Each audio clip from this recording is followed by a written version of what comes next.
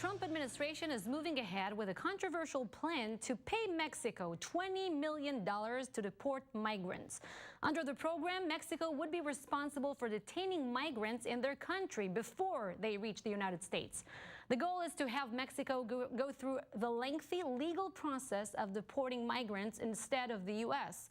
The plan, however, is facing serious opposition among Democrat lawmakers and the Mexican government. So how exactly will this work? To discuss, we have here on set with us immigration attorney Rahul Manchanda. Rahul, why is Mexico saying no to this deal? What's so bad for Mexico? Well, I don't think Mexico's saying no, but it's such a nominal small amount when you think about it in terms of fiscal policy for immigration. You know, in America, this would cost billions of dollars.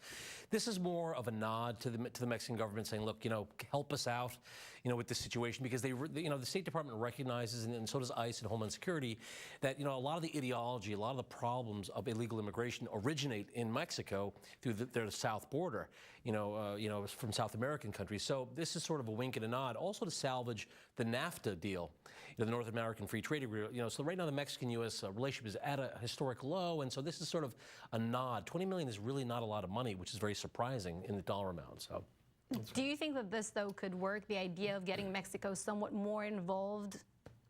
Well, it certainly could, and when I was looking at the dollar amount, I said to myself, well, this is probably not going to go for infrastructure. This might be going to, we don't want to say certain officials to grease the wheel, so to speak, but it's really a small amount. In terms of infrastructure, you're talking billions of dollars. So, the Mexican government actually deports more people than the U.S. government does, which is ironic. People don't even realize that. So per capita, they do a lot more to deflect against illegal immigration than the U.S. government does. So I think this is more of a wink and a nod from State Department to sort of mend the fences and mend the ties with the Mexican government that has sort of been attenuated over the last couple of years since Trump took office. Well, but now there's a new trade agreement and everyone seems to be happy. Trump even spoke on the phone with the new president. But I want to ask you this idea of giving Mexico money now, 20 million, as you say, in return for their cooperation. What does it tell you about Trump's pivotal campaign promise of building the wall? Where is the wall? Well, ironically enough, this is a political issue, and you had mentioned something about the Democrats opposing it already. The ACLU will probably oppose this as well. Unless this is unprecedented in history, that we actually give money to another country to enforce immigration. Usually we give money to enforce things such as, anti-terrorism activity, anti-drug activity. This is historically why we give money to other countries. We've never actually given money to a country to enforce the immigration laws or help us with immigration, because it's sort of innocuous.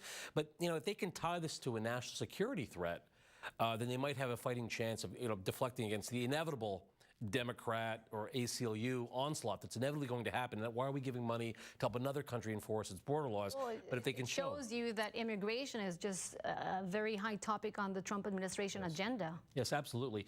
And again, this is unprecedented. I think that's going to be a legal fight that's going to come up with the Democrats. Are going to use this as another political football. But again, if the Trump administration can show that this is tied to national security or safety or health or even counterterrorism, because a lot of these, there's allegations that the terrorists are using some of these routes, these narco-trafficking routes and tunnels underneath the border to bring in certain individuals that may or may not be, maybe on the ICE radar or the Homeland Security radar. So if they can show that this is a national security issue, and that this is for the safety and benefit of the United States, then potentially this would be upheld. But it's never happened before, not in my recent memory. Even people who disagree with President Trump on immigration and his policies, they also, some of them at least, tend to agree that the immigration system in this country is broken. So what would be your first step to try to fix it? What do you think are a couple of measures that the U.S. has to do? It's a great question. And yes, the immigration system is broken. No matter who you talk to, it is broken. But the problem is that the legislation isn't moving forward because, the Republicans in office right now are sticking to certain concrete, developments that they want to see achieved first before they even think about it. So the border wall is one. We want the border wall. We're not going to talk about the legislation, which this is much to the chagrin of the Democrats, the senators. Chuck Schumer, for example, is irritated. Nancy Pelosi, they're all irritated because they can't even get this in front of the Congress, the Senate. And that's because, the Trump administration is holding fast, saying we need that wall. We need certain concrete things, border enforcement, that kind of thing, and infrastructure. So unless there's this wall built, they're really probably not going to get this moving, which is, a big disappointment for immigration proponents at this point. Or unless there's partisanship. Yes, ma'am, absolutely. All right, Rahul Manchanda, thank you so much.